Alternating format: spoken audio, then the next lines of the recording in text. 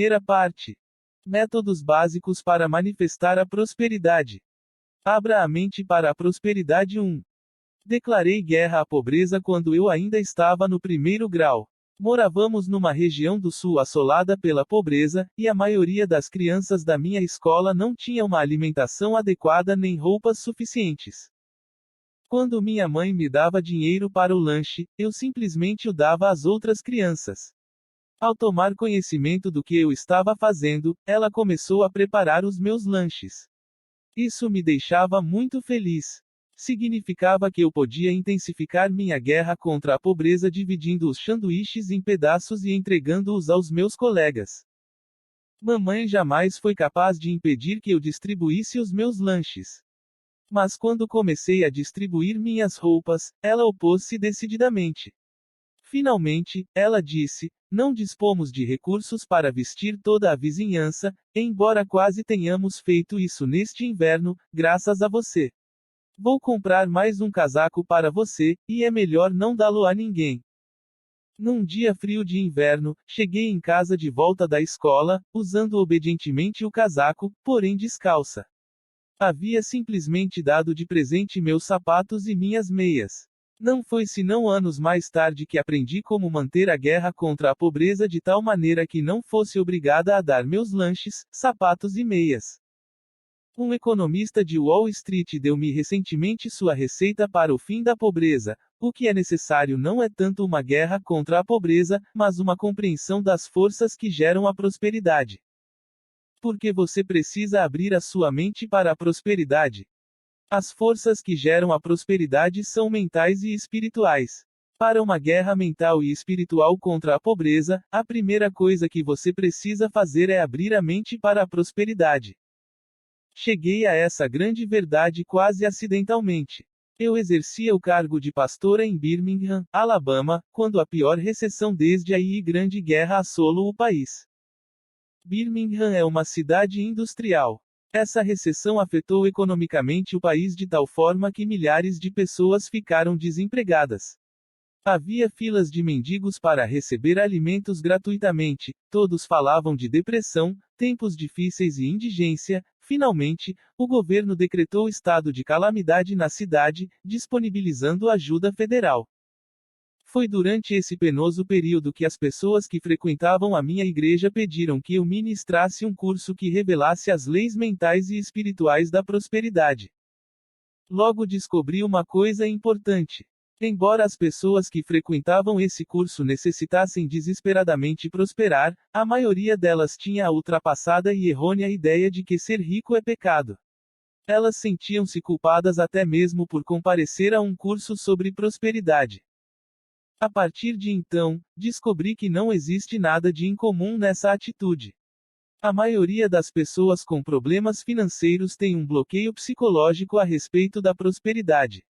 Elas aprenderam no passado que a pobreza é uma virtude cristã e que ser rico é de algum modo uma coisa perniciosa. Foi ensinado a elas que quem quer que seja próspero é provavelmente desonesto e, portanto, não merece confiança.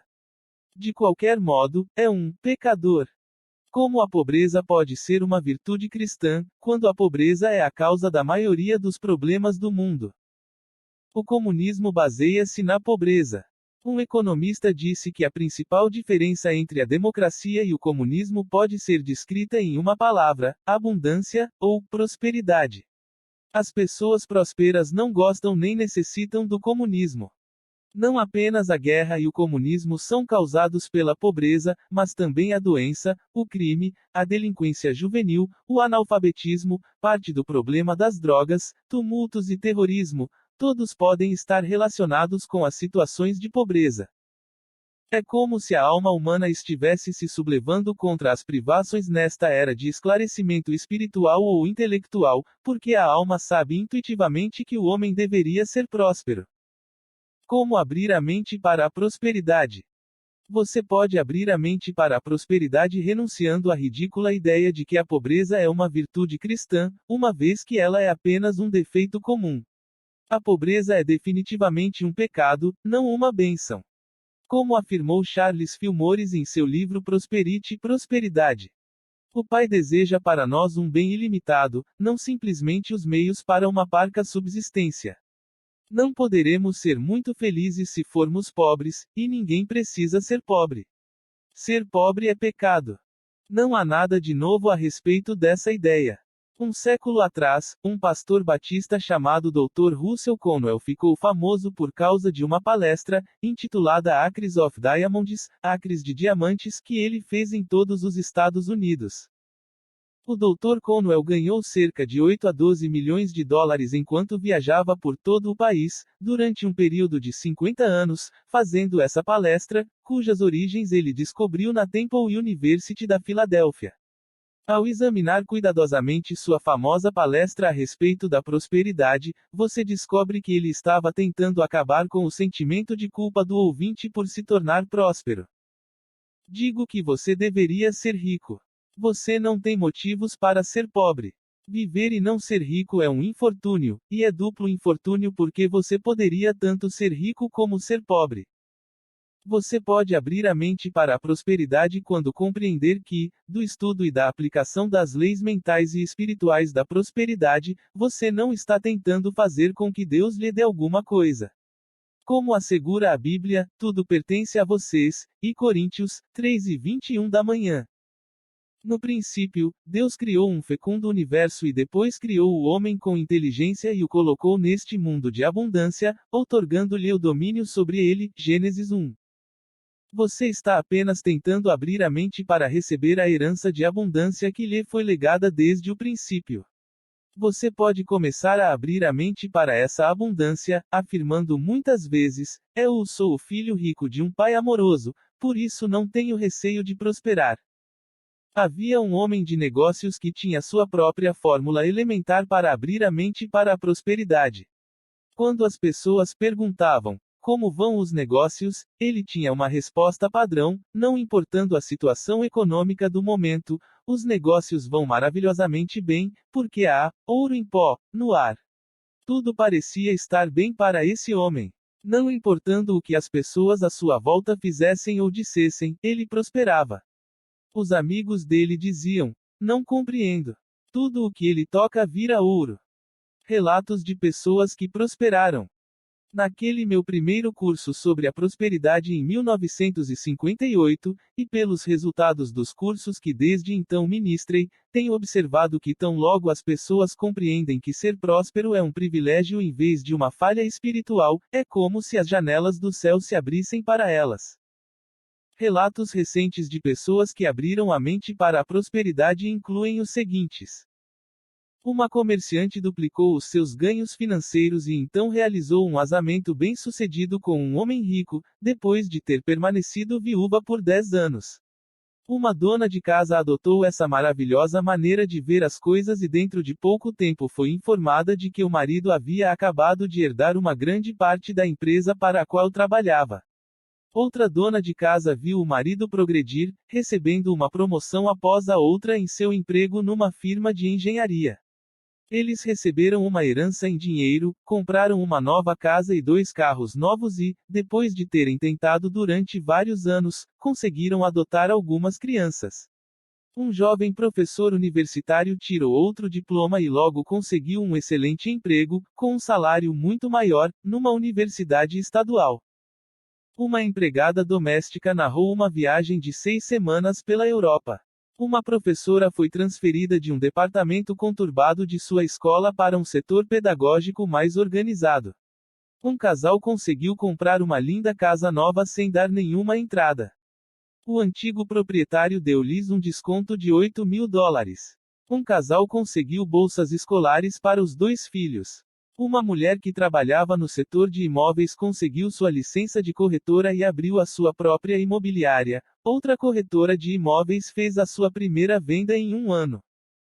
Ao voltar para casa, depois de uma palestra sobre prosperidade, em Oklahoma City, uma comerciante atendeu a uma chamada telefônica. Era um cliente com uma venda de $40, às 12:30 de um domingo. Na manhã seguinte, ela acordou com outra chamada telefônica, e outra venda. Isso representou uma mudança total da situação de vendas difíceis, a qual estava acostumada. Um homem de negócios que saía de uma palestra sobre a prosperidade, no caminho para o carro, encontrou uma nota de $20. Uma semana depois, um aumento que ele estava tentando obter há meses para os seus empregados chegou repentinamente. Depois de abrir a mente para a prosperidade, uma jovem viúva conseguiu reduzir quase $1.700 dos seus débitos em 3 dias. Todos os que ajudaram a autora em seu primeiro livro conseguiram prosperar. Você pode abrir a mente para a prosperidade quando compreender que vale a pena fazer isso, mesmo em face da necessidade e da privação. Comecei a escrever artigos sobre prosperidade há muitas décadas, quando morava em um cômodo. Achava paradoxal escrever a respeito de prosperidade, dizendo às outras pessoas como se tornarem prósperas, quando eu estava morando simplesmente em um cômodo. Mas compreendi que deveria fazer alguma coisa para abrir a minha mente para a prosperidade a fim de conseguir sair daquele cômodo. Isso levou 3 anos, mas quando finalmente me mudei, encontrei uma casa encantadora. A mudança poderia ter ocorrido mais cedo, se eu conhecesse a fórmula completa da prosperidade apresentada neste livro. Abrir a mente para a prosperidade, mesmo quando se está passando por necessidade, pode também ter efeitos surpreendentes sobre a sua vida. Foram as pessoas que me cercavam enquanto eu escrevia meu primeiro livro que despertaram minha atenção para isso. Depois de datilografar a primeira metade do manuscrito, minha secretária demitiu-se. Ela explicou que, enquanto datilografava o manuscrito, ela e o marido haviam posto em prática a ideia nele contida e que ele prosperara tanto em seu trabalho de vendas que ela não precisava mais do emprego. Uma segunda secretária foi então contratada para datilografar a segunda metade do livro.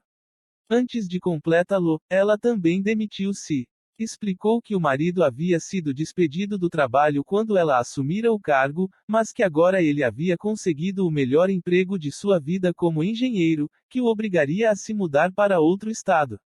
Ela achara que as ideias contidas no livro haviam mudado a sua sorte. Por fim, minha empregada doméstica demitiu-se. Ela não tinha visto o manuscrito, mas eu havia lhe explicado as leis da prosperidade enquanto escrevia a respeito delas, capítulo por capítulo. Quando abriu a mente para a prosperidade, ela decidiu fazer uma coisa que há muito desejava, mas até então não tivera coragem de fazer: trabalhar como costureira. Ela disse-me: estou me demitindo do emprego de empregada doméstica. Você não gostaria de me contratar como sua costureira? Desde então ela vem prosperando nesse campo de trabalho. Fiquei surpresa por perder 2 secretárias e uma empregada doméstica enquanto escrevia um livro, simplesmente porque elas se aventuraram a abrir a mente. A mais ainda, no dia em que este livro foi entregue ao meu editor em Nova York, ele estava sentado à sua mesa de trabalho lendo-o atentamente, quando um outro editor entrou em seu escritório e entregou-lhe uma determinada quantia. Ele ficou surpreso ao ouvir o que o editor lhe disse: há algum tempo você me emprestou dinheiro para almoçar. Até há poucos momentos, eu havia esquecido disso. Meu editor escreveu-me exultante: isso terá ocorrido por um efeito imediato de The Dynamic Laws of Prosperity.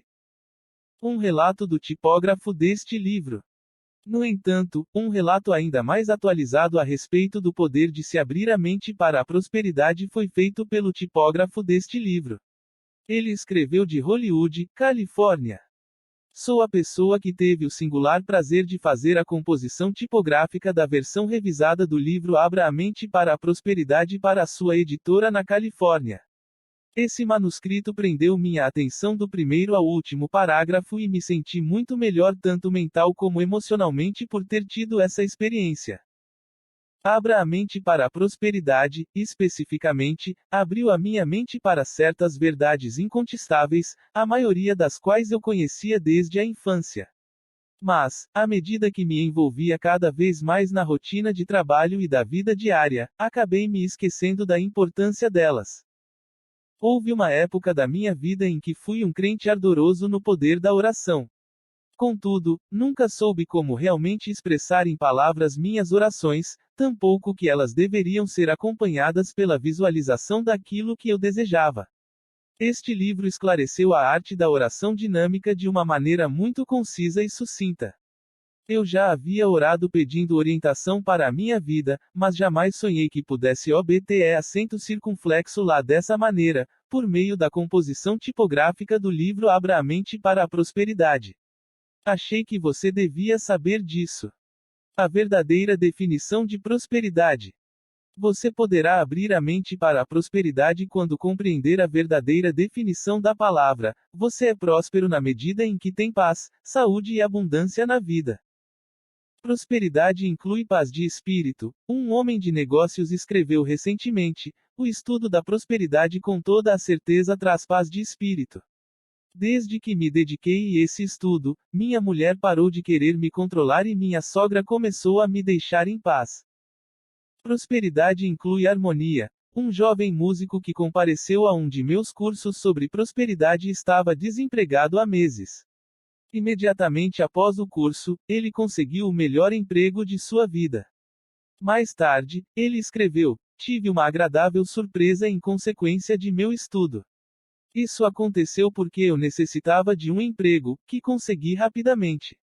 Mas, na época em que eu praticava o pensamento auspicioso, minha mulher e eu estávamos separados. Agora, nos reconciliamos e somos mais felizes do que nunca. A prosperidade com certeza inclui paz e harmonia. Prosperidade inclui saúde. Uma dona de casa foi levada pelo marido a uma palestra sobre prosperidade.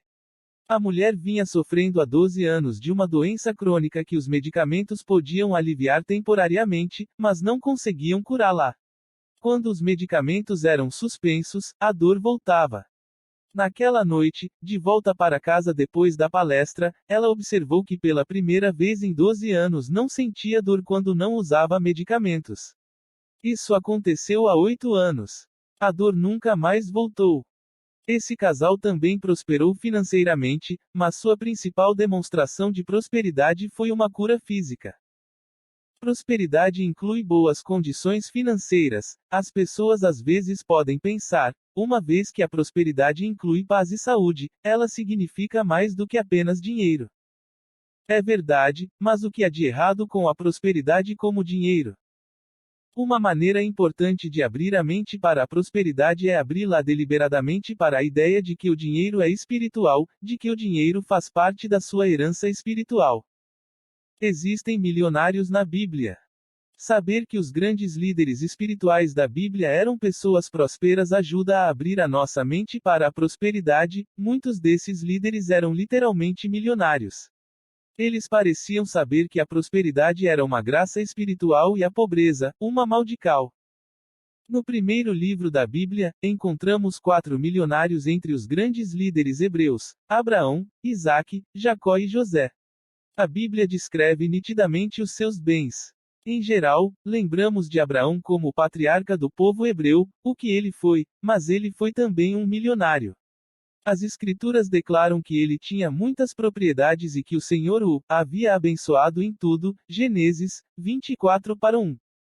Quando, pela primeira vez eu disse numa palestra que Abraão era um milionário, um surpreso texano perguntou: se Abraão era um milionário, quantos poços de petróleo ele possuía?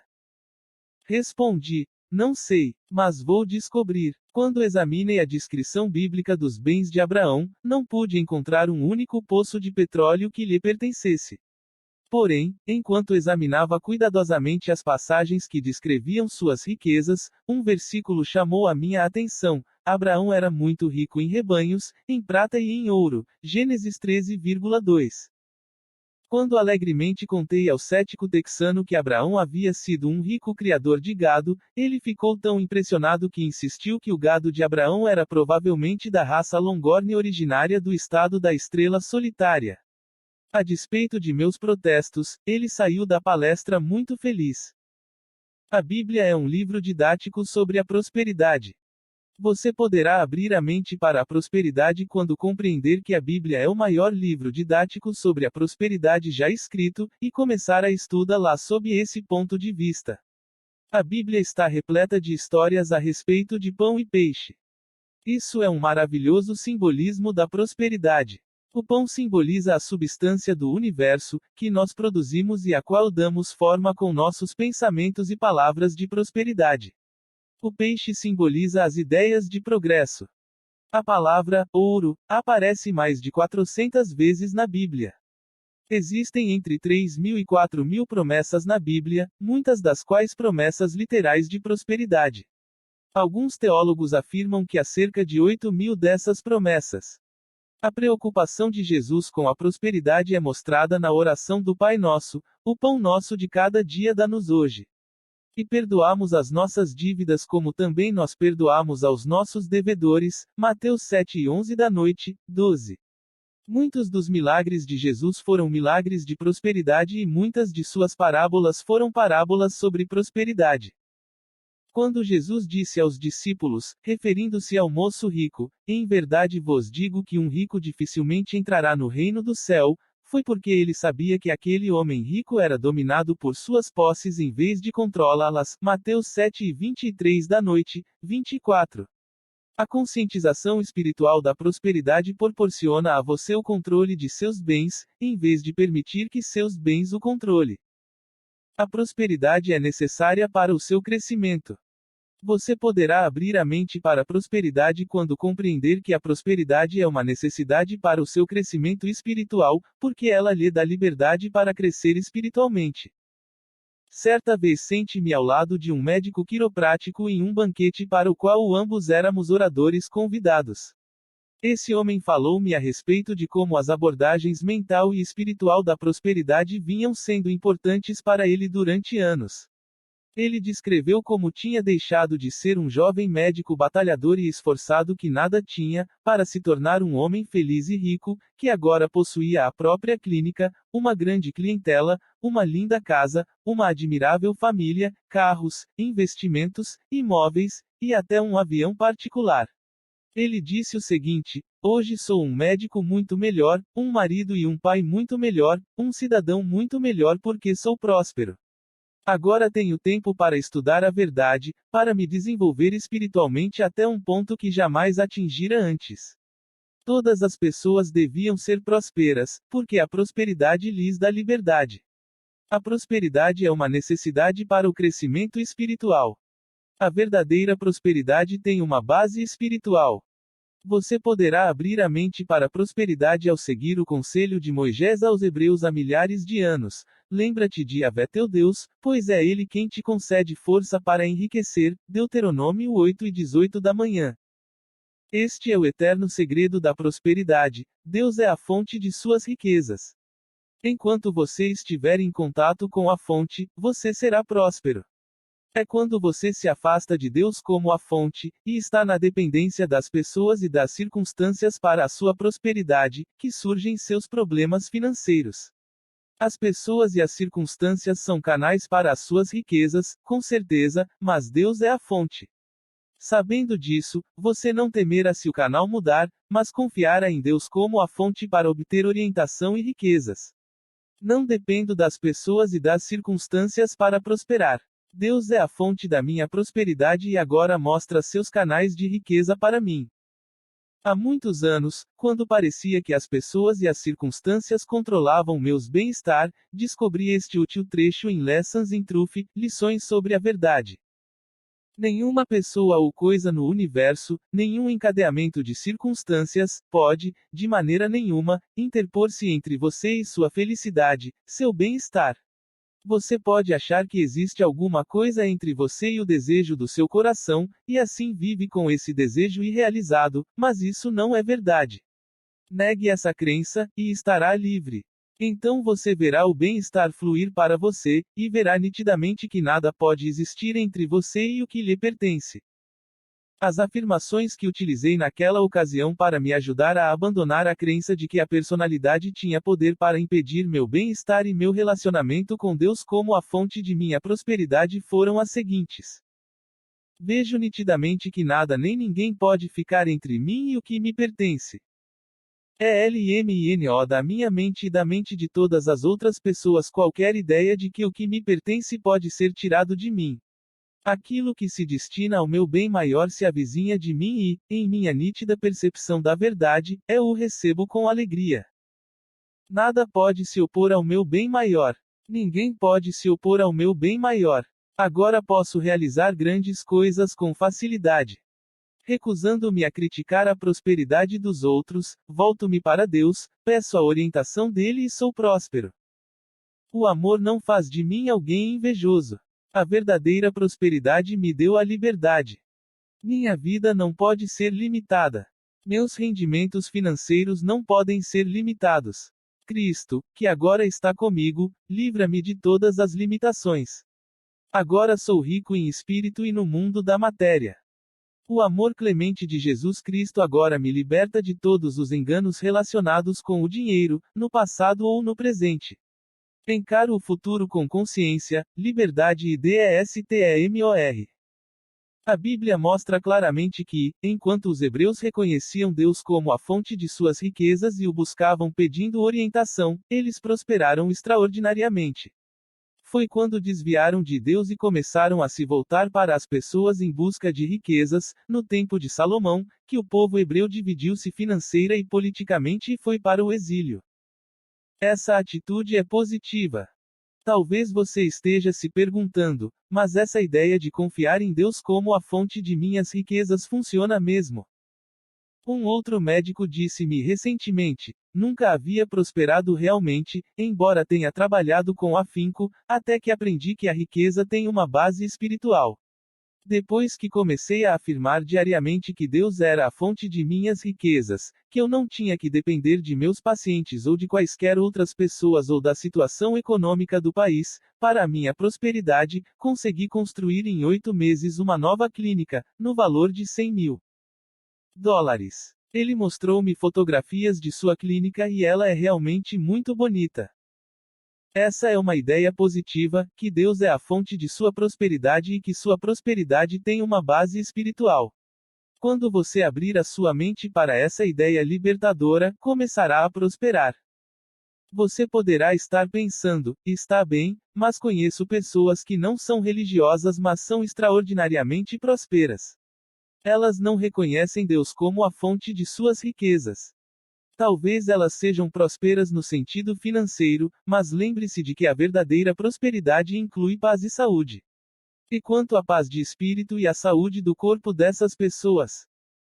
Resumo: 1. A prosperidade é gerada por forças mentais e físicas. Para gerar prosperidade em sua vida, você precisa abrir a mente. 2. Deixe de lado a ideia de que a pobreza é uma virtude cristã. A pobreza é um pecado, não uma graça divina. 3. Você não está tentando fazer com que Deus lhe conceda alguma coisa. Você está apenas abrindo a mente para receber a abundância. Deus a prometeu para você desde o início. 4. Vale a pena abrir a mente para a prosperidade mesmo quando você enfrenta necessidades e limitações. 5. Você é próspero na medida em que tem paz, saúde e abundância na vida. Essa é a verdadeira definição de prosperidade. 6. Alguns dos grandes líderes da Bíblia eram prósperos. A Bíblia em si mesma é um maravilhoso livro didático sobre a prosperidade, repleto de histórias, promessas e parábolas a respeito desse tema. 7. A prosperidade é necessária para o crescimento espiritual, uma vez que ela lhe proporciona liberdade para desenvolver-se espiritualmente, sem ter de se preocupar com o aspecto financeiro ou mundano da vida. 8. Deus é a fonte de suas riquezas, não as pessoas ou as circunstâncias. Compreender que a base de sua prosperidade é espiritual é uma atitude positiva, que lhe assegura sucesso financeiro. Limpe a sua mente para a prosperidade. 2. Limpeza, ou purificação, é o primeiro passo para a prosperidade. Se as pessoas em todo o mundo conhecessem os passos da limpeza para a prosperidade e os empregassem, a vida delas iria mudar radicalmente para melhor. Os místicos têm uma fórmula de 3 componentes para o sucesso. 1. Purificação, ou limpeza. 2. Iluminação, ou o recebimento de orientação sobre como ser próspero. 3. União com Deus e com o bem que dele advém. Esses 3 passos para o sucesso estão descritos neste capítulo e nos seguintes.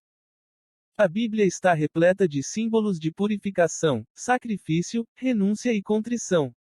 Até o Muro das Lamentações, em Jerusalém é símbolo da libertação das emoções negativas, necessária para que se tenha prosperidade. Os antigos gregos observavam ritos de purificação, o que também devemos fazer. A vida é um processo contínuo de purificação. Se tentar ignorar o processo de limpeza em seus pensamentos e sentimentos, você não obterá prosperidade, pois não limpa a mente e as emoções para receber os bens que deseja.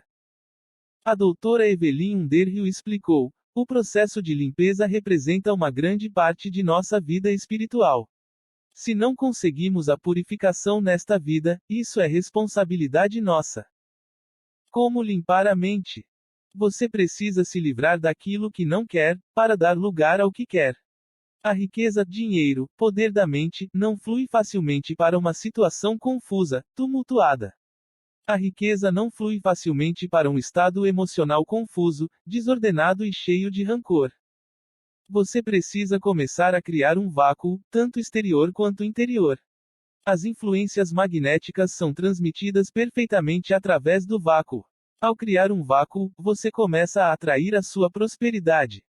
Já vi isso acontecer centenas de vezes. Limpeza exterior. Livre-se daquilo de que não necessita exteriormente. Faça uma faxina, limpe os armários, as gavetas da mesa de trabalho, a casa, o carro, o escritório. Criar um vácuo no mundo exterior faz com que a pessoa que crê saia de sua mente inconsciente, o que irá agir interiormente para manifestar a maior prosperidade para ela. É preciso se libertar do velho para dar lugar ao novo. Você pode revelar sua riqueza ao formar um vácuo. Certa noite, uma mulher em Chicago ouviu falar da lei do vácuo em uma palestra, e resolveu não ir para o trabalho e ficar em casa no dia seguinte e limpar os armários e gavetas. Nada aconteceu enquanto ela limpava os armários, mas quando estava limpando as gavetas, encontrou $30 que havia guardado e esquecido.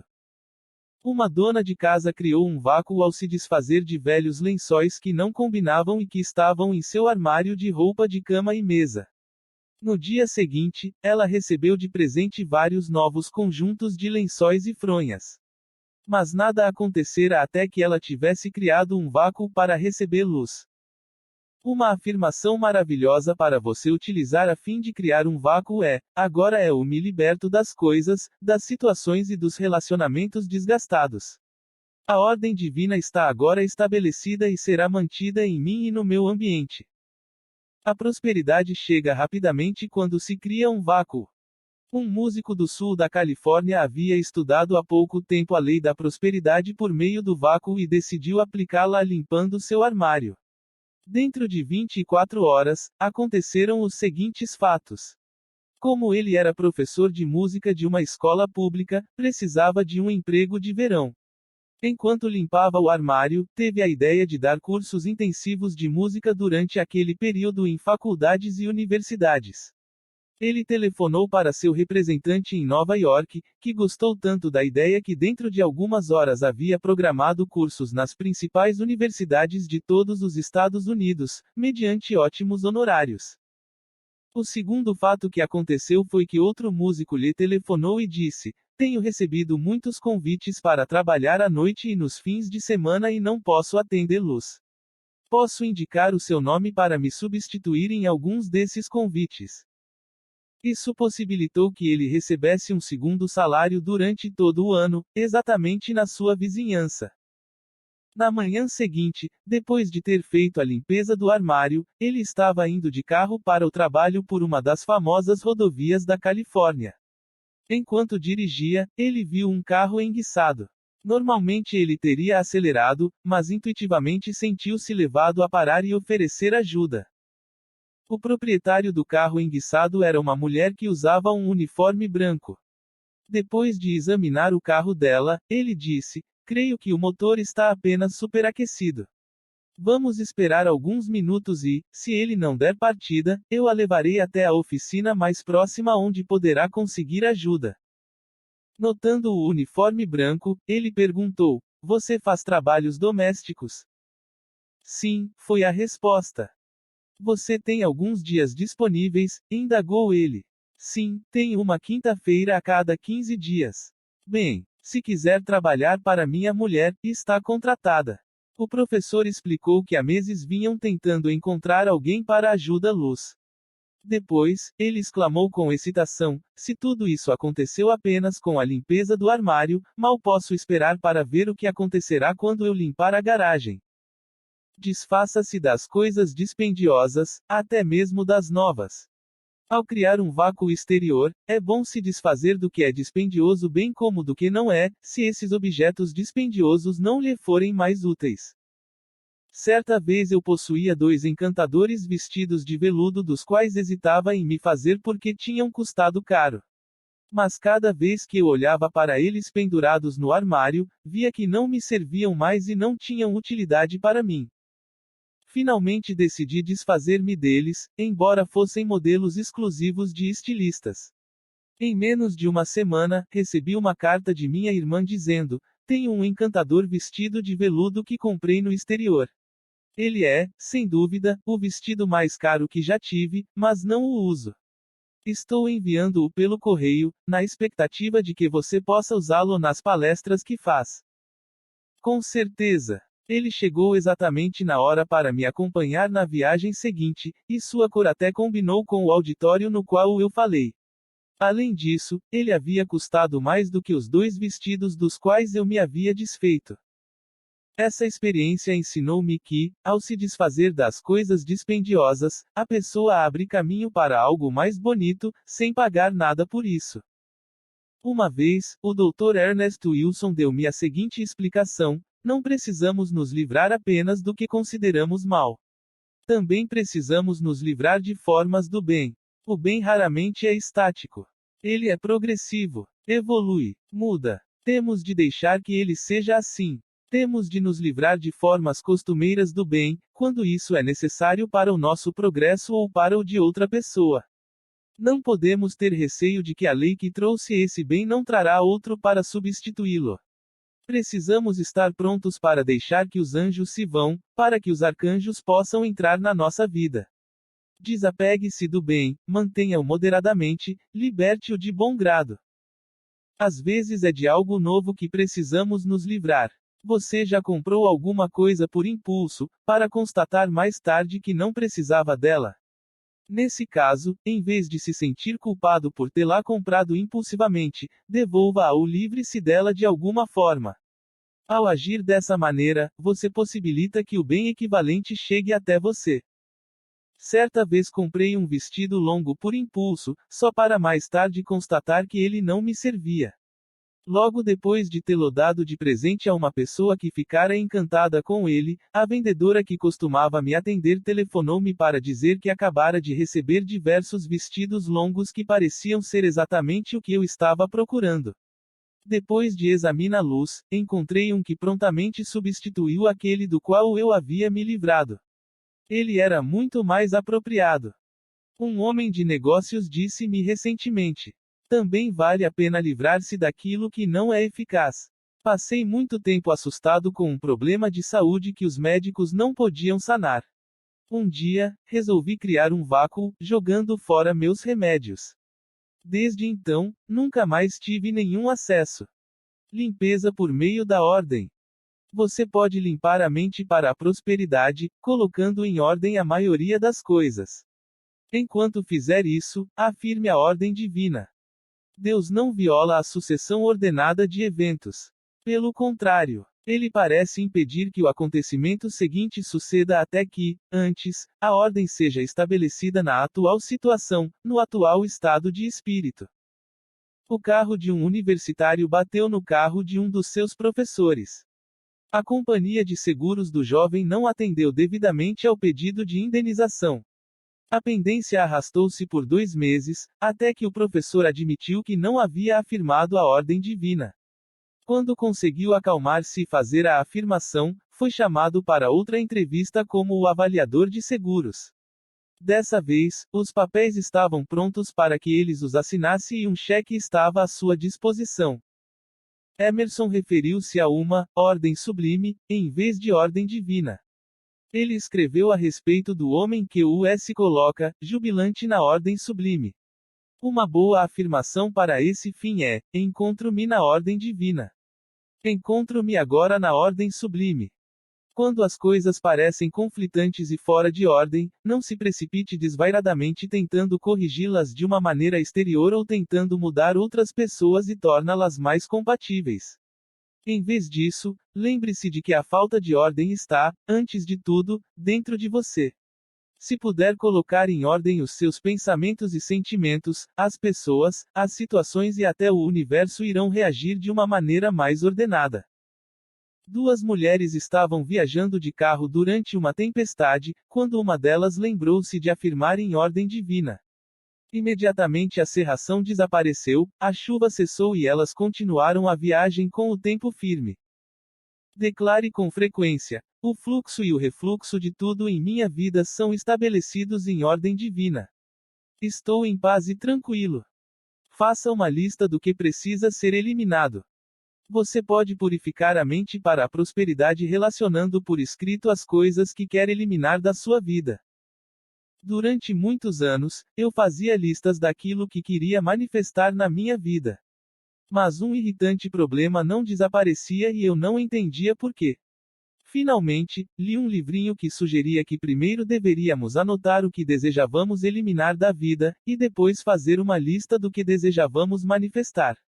Esse, dizia o livro, era o método para modificar a nossa vida. Experimentei essa sugestão e ela funcionou.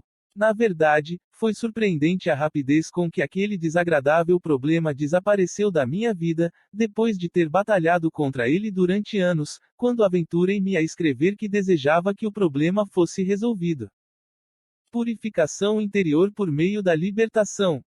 A eliminação tem duas finalidades: livrar você do que está errado e expandir as suas virtudes. A eliminação de alguma coisa de sua vida é sempre uma indicação de que algo melhor está a caminho. Depois de anotar o que você deseja eliminar, é bom declarar: eu me liberto disso e confio. Quando uma pessoa está tentando alcançar um resultado e isso não acontece, geralmente é porque ainda existe alguma coisa na mente, no corpo, nos negócios ou nos relacionamentos a qual é preciso renunciar, dela se libertar, liberá-la ou eliminá-la. Enquanto a pessoa estiver adiando esse processo de eliminação, estará adiando os resultados. Cada fase da vida exige renúncia. Cada avanço significa a rejeição de alguma coisa antiga. Mas a eliminação não apenas tira alguma coisa de você, ela também lhe dá alguma coisa. Um empresário de Detroit disse com ceticismo: como a minha mente subconsciente sabe o que eliminar? Ela pode eliminar a coisa errada. A mente subconsciente não sabe.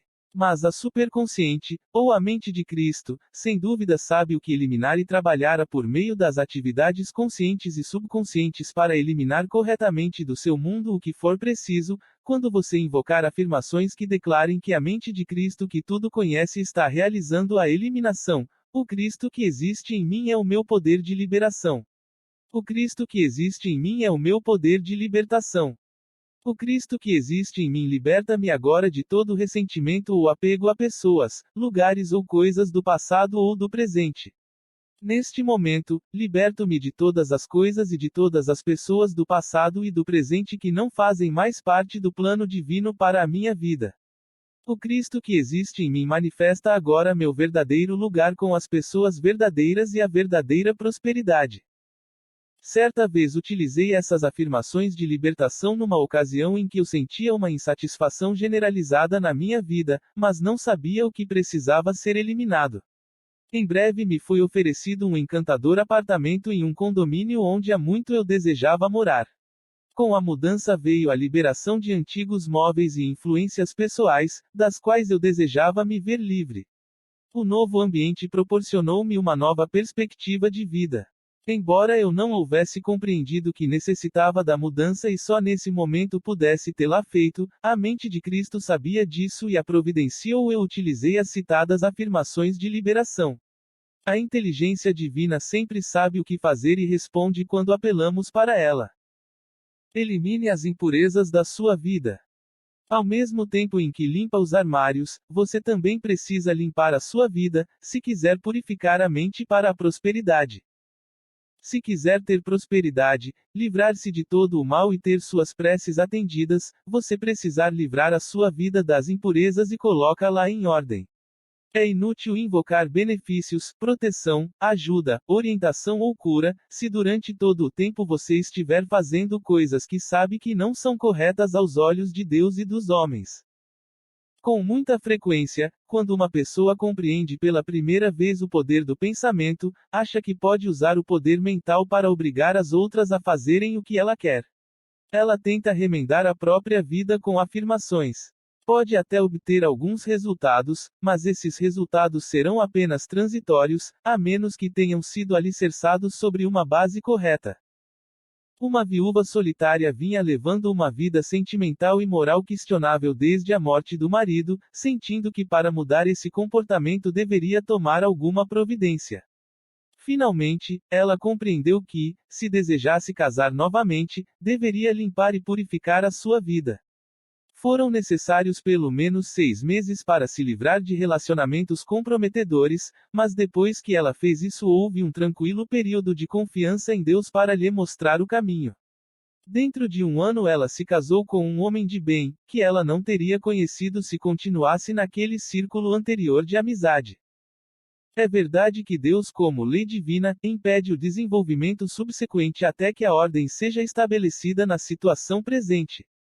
Aquela mulher provou que a eliminação tem um efeito duplo e que, quando ela eliminou o erro de sua vida, ocorreu a manifestação do bem. Para libertar-se de seus relacionamentos, afirme: o Cristo que está em mim liberta-me agora de todas as coisas e de todas as pessoas que não fazem mais parte do plano divino para a minha vida.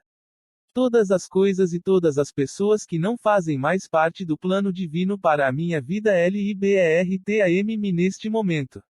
O Cristo que está em mim revela, esclarece e manifesta neste momento o plano divino para minha vida. Purifique a mente por meio do perdão. Purifique a mente para a prosperidade por meio da prática do perdão. Muitas pessoas não têm uma prosperidade duradoura, não importa o que façam, porque cultivam ressentimentos e sentimentos negativos para com outras pessoas. Até que deixem isso de lado e perdoem, a prosperidade não acontece. A palavra perdoar não significa simplesmente resignar-se. O perdão não é um ato exterior desagradável, melodramático, no qual a pessoa diz: estou arrependido, quando não está. Ao contrário, o perdão é um agradável ato interior que deixa você em paz consigo mesmo e com os outros. É bom oferecer a si mesmo uma terapia de perdão universal todos os dias. Isso mantém a sua mente e as suas emoções livres de sentimentos negativos que poderiam bloquear a felicidade. Tudo o que me ofende, o perdoo. Interior e exterormente, o perdoo. Acontecimentos passados, acontecimentos presentes, acontecimentos futuros, o perdoo. Eu perdoo todas as coisas e todas as pessoas que talvez possam precisar de perdão. Sou livre e todas as outras pessoas também são livres. Todas as questões que existem entre nós estão em ordem, agora e para sempre. Os efeitos miraculosos do perdão. Uma professora sofreu um colapso nervoso e seu patrão informou-a de que ela não voltaria mais a ensinar na escola. Mesmo quando o médico autorizou a sua volta ao trabalho, seu patrão recusou-se a recebê-la de volta. Ela e o marido tinham filhos que logo precisariam ir para a faculdade. Também precisavam de uma casa maior e de outro carro. Essa mulher precisava urgentemente voltar a trabalhar. Quando tomou conhecimento do poder do perdão para conseguir a prosperidade, ela compreendeu que a grande quantidade de sentimentos negativos que existia entre ela e o patrão poderia estar bloqueando a sua felicidade. Ela sentou-se uma tarde com uma amiga e proferiu palavras de perdão para ele: o Cristo que está em você é o seu poder para perdoar. O Cristo que está em você é o seu poder para libertar. O Cristo que está em mim é o meu poder para perdoar. O Cristo que está em mim é o meu poder para perdoar. O Cristo que está em mim é o meu poder para prosperar imediatamente.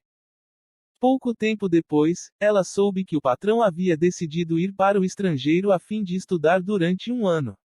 O homem que o substituiu não se opôs a contratá-la outra vez como professora substituta. Quando guarda ressentimento por alguém ou por alguma coisa, você ficou ligado a essa pessoa ou situação por um vínculo emocional mais forte do que o aço. A prática do perdão é a única maneira de romper esse vínculo e de se libertar. O voo de um empresário sofreu um atraso em consequência do mau tempo. Ele precisava fazer algumas conexões durante a viagem para uma importante reunião de negócios. Sabendo que o ressentimento bloqueia o que é benéfico para a pessoa, e que no caminho para o aeroporto ele havia pensado com ressentimento sobre um concorrente, ele sentou-se em silêncio na sala de espera e mentalmente disse: não há competição em Cristo e não há competição entre nós. O amor generoso de Cristo perdoa e elimina qualquer sentimento ruim entre nós, agora e para sempre. Um pouco depois, ele foi informado por funcionários da companhia aérea de que o tempo estava melhorando e que um avião o levaria para o seu destino a tempo. Foi como se os seus pensamentos de ressentimento o tivessem literalmente retido no aeroporto até que ele perdoasse aquele homem. Uma vez que a palavra perdoar significa simplesmente desistir, em geral a melhor maneira de perdoar os outros é simplesmente desistir de todos os maus pensamentos a respeito deles, bem como todo o contato exterior com eles. O perdão é um processo contínuo. O perdão é um processo contínuo. Sempre que há um bloqueio do que é benéfico para mim, pergunto: Pai, a quem necessito perdoar? De que experiência ou situação eu preciso para perdoar? Uma pessoa que saiba e pronuncie palavras de perdão para alguém ou para alguma coisa em uma determinada situação pode eliminar o problema, não importa o que os outros estejam fazendo ou dizendo. Uma mulher compareceu a uma palestra sobre o perdão e mentalmente pronunciou palavras de perdão para o marido, que a havia deixado há mais de uma década.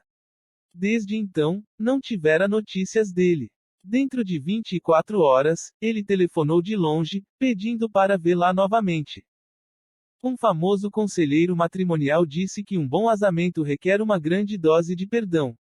Podemos parafrasear essa afirmação e dizer que uma vida boa requer uma grande dose de perdão.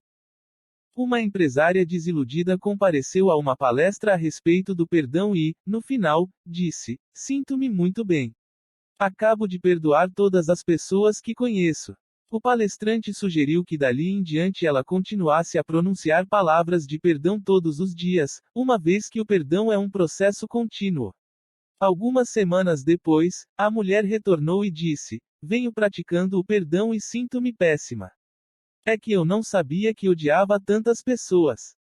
Se as pessoas praticassem diariamente o perdão, provavelmente iriam deixar sem trabalho a maioria dos médicos, psiquiatras, psicólogos e financiadoras, porque todo o mundo seria saudável e próspero.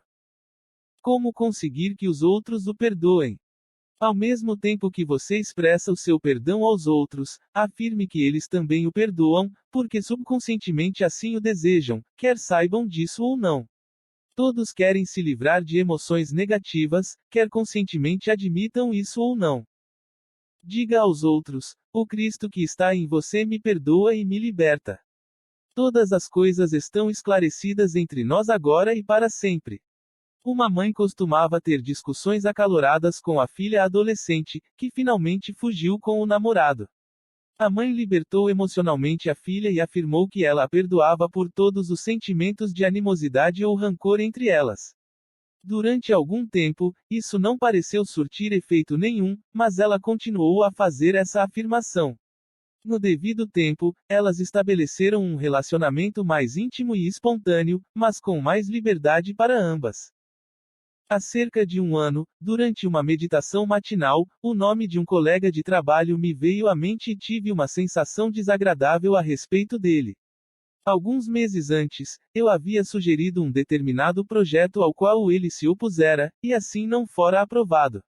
Todas as manhãs o nome dele surgia na hora de minhas orações. Tentei não pensar nisso, mas continuava a ter uma sensação desagradável e de tristeza a respeito dele. Finalmente, compreendi que talvez houvesse necessidade de perdão mútuo entre nós, embora conscientemente eu não guardasse nenhum sentimento de inimizade. Quando pronunciei palavras de perdão para ele, nada mudou. Mas quando comecei a afirmar que ele me perdoava, senti que a sensação desagradável e de tristeza começava a desaparecer. Depois de 3 ou 4 sessões de orações matinais, a sensação desapareceu completamente.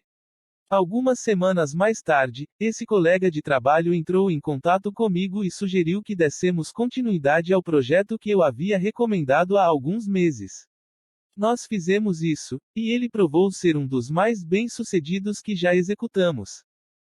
Como proporcionar e conseguir libertação emocional? Uma ótima fórmula é perdoar os inimigos e libertar os amigos. Perdoe as pessoas das quais você tem raiva ou ressentimento.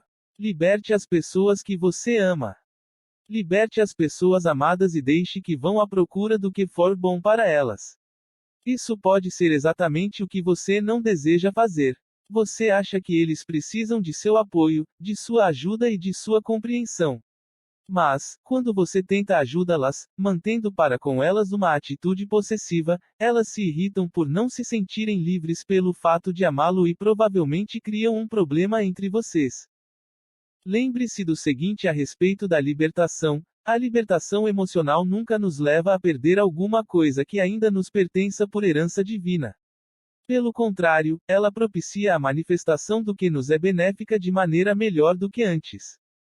As pessoas possessivas e dominadoras têm todo tipo de problema. As pessoas que se deixar possuir pelas outras também têm todo tipo de problema. Existe uma maneira simples para conseguir se livrar e livrar as outras pessoas da possessividade e da dominação, e isso se faz simplesmente pronunciando palavras de libertação. O Cristo que está em mim neste momento liberta-me de todo apego com relação a pessoas, lugares ou coisas do passado ou do presente. O Cristo que está em mim neste momento é minha força de libertação. Para os outros, com relação a você, o Cristo que está em você neste momento o liberta de todo apego com relação a pessoas, lugares ou coisas do passado ou do presente. O Cristo que está em você neste momento é sua força de libertação. Certa vez, quando me sentia ligada a pessoas e situações, fiz uso dessas afirmações e imediatamente senti-me transportada para um ambiente novo e agradável, livre de antigas lembranças e possessões. Algumas pessoas rapidamente desapareceram de minha vida e encontraram o seu bem-estar maior em outro lugar. As pessoas, os lugares e as coisas responderam àquelas afirmações de libertação. Uma pessoa possessiva geralmente dissemina a substância de seus pensamentos e sentimentos na vida de outra pessoa, de modo que ela se esgota emocional e fisicamente. Fortes ligações possessivas emocionais causam muitos dos nossos problemas, de dinheiro, de saúde e de relacionamento. Afirme com frequência: neste momento, liberto e fico livre de tudo e de todos que não fazem mais parte do plano divino para a minha vida. Tudo e todos que não fazem mais parte do plano divino para a minha vida me libertam neste momento. Uma empresária havia se divorciado há 20 anos. Ela queria se casar outra vez e achava que tinha encontrado o homem de seus sonhos, mas ele não lhe propunha casamento. Ela esperou pacientemente durante vários anos. Finalmente, ela falou a respeito do problema com uma amiga, que disse: deve haver alguma coisa do passado que precisa ser perdoada e liberada. A amiga perguntou então a respeito de seu último marido. Eu o perdoei pela infelicidade que ele me causou no passado, e ele voltou a se casar. Mas uma coisa estranha acontece. Quando meu nome é pronunciado na presença dele, ele sempre fica extremamente negativo e chateado.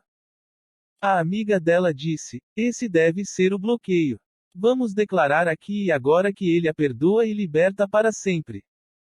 Essas duas mulheres sentaram-se então tranquilamente e pronunciaram o nome do último marido, declarando: o Cristo que está em você me perdoa e liberta agora e para sempre. Pouco tempo depois disso, um estranho apareceu no escritório dela para inspecioná-lo. Ele ficou muito interessado nela pessoalmente, e começou a lhe enviar bombons e flores. Ela aceitou seus diversos convites para jantar. Seu acompanhante de vários anos não gostou nada disso. Na verdade, ele rapidamente propôs-lhe casamento e eles se casaram. Mas nada tinha acontecido até que ela dissesse palavras de perdão e libertação pelo último marido. Como se livrar de situações problemáticas? Também é bom pronunciar palavras para se livrar de situações ou problemas com os quais você venha lutando, mas que não consegue resolver. Eles geralmente reagem rapidamente a esta afirmação: eu libero essa situação, essas pessoas para a ação perfeita da consciência de Cristo neste momento. Agora, eu as liberto e deixo partir completamente. Uma vez, quando eu vinha lutando com um complexo problema de relacionamento, durante semanas, sem nenhum proveito, liberei-o para a consciência de Cristo, que é a consciência do milagre com as palavras acima. Esse ato trouxe-me uma completa paz pela primeira vez, e dentro de uma semana o problema tinha sido rapidamente solucionado por si mesmo de uma maneira que eu jamais havia previsto. Uma dona de casa estava de mudança e necessitava de uma empregada para ajudá-la a encaixotar suas coisas, mas não encontrava nenhuma. Uma tarde, depois de ter se dedicado a essa tarefa durante todo o dia, ela disse finalmente: Pai, eu libero essa tarefa durante todo o dia. Ela disse finalmente: Pai, eu libero essa tarefa e essa mudança para o Senhor. Não posso fazer isso sozinha, assim coloco tudo em suas mãos. Depois ela se retirou e foi dar um cochilo. Uma hora mais tarde, ela foi despertada pelo toque do telefone. Uma voz na linha disse: Aqui é Mary, sua empregada de 2 anos atrás. De repente tive a sensação de que a senhora poderia precisar de mim mais uma vez. Se precisar, estou à sua disposição. Alguém disse: A vida em geral é difícil, mas aos poucos se torna fácil. Na verdade, quando pratica diariamente o perdão e liberta as pessoas, os lugares e as coisas, você desobstrui os canais para as coisas boas. Afirme com frequência: neste momento, mantenho um relacionamento correto com todas as pessoas e com todas as situações.